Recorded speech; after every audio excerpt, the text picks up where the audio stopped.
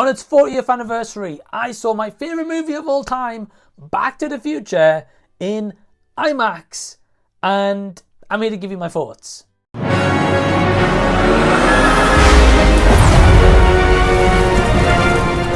everyone, welcome to the channel. Thank you for sparing your time out to check out this video where I'm purely and primarily going to be talking about Back to the Future in the IMAX format. I'm not going to do a traditional standard review. You can see a suggestion of that at the end where I'll put some videos up here and you can actually check out my very thorough review. But this is just purely simple for the IMAX format. Was it worth it? Is it worth the price that I paid? Now here in the UK, I paid a total of £20.99. I'll put the conversions down here on screen for US dollars and euros. So that's what I paid for this because it's not a cinema chain I normally go to. It's a one that was a little bit out of the way, but it's my closest, pretty much my primarily only IMAX here in the northeast of England. When it comes to Back to the Future, it's my favourite movie of all time. If you're brand new to the channel, I've got a half sleeve tattoo I showed before, and I'm repping my Back to the Future shirt today. This is a movie that inspired me heavily as a teenager and into adult years, and I've seen this countless times. I never get fed up with it. I always get goosebumps and chills every time I watch it, and this experience was absolutely no different. But what I primarily am here to do is tell you, is it worth you spending your money to see this in IMAX? Well, firstly, if you have an Odeon membership, I believe it's a £5 upgrade for IMAX. That aspect, 100%, go do it. Do yourself a favour and spend that little bit extra and get to see a classic on the big screen in the IMAX format. Now, if you are a regular cinema goer, I am going to say it completely depends on your love for this movie and if you really want to experience it in this way. The reason I say this is because it's 40 years old, because it's not a brand new film where they use, full Dolby Atmos and they utilize the whole IMAX cameras, right? Those kind of movies and animations, perfect example recently is Demon Slayer Infinity Castle, that used shot for IMAX camera. So it makes more sense because more of the picture is stretched, everything.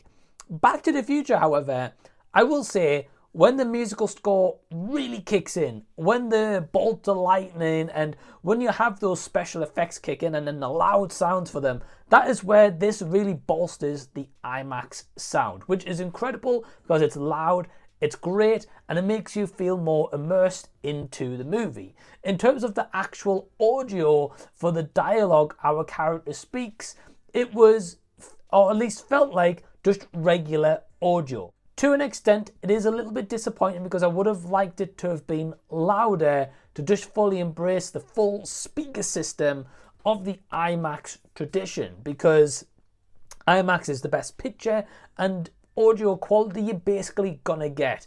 I don't feel as if it was fully utilized for Back to the Future in that format, and I do feel like that is kind of like a little bit of a missed opportunity because people who are familiar with this format will be able to see the difference. Now, if you're brand new to this format, maybe you will see a slight difference to how you normally view your viewing experience, whether it's at cinema, whether it's on a TV at home, whatever the case should be. Now, I don't believe this transfer was either a 4K rendition either. I feel as if it may have been a Blu-ray quality. Now, don't get me wrong, the movie still looks great, but I do feel as if they could have benefited from showing the 4K transfer because that could have then enhanced that audio experience that I was kind of looking for. So the IMAX part of it is, firstly, it's so great to see my favorite movie on the big screen again, but getting the IMAX treatment was pretty cool because when the music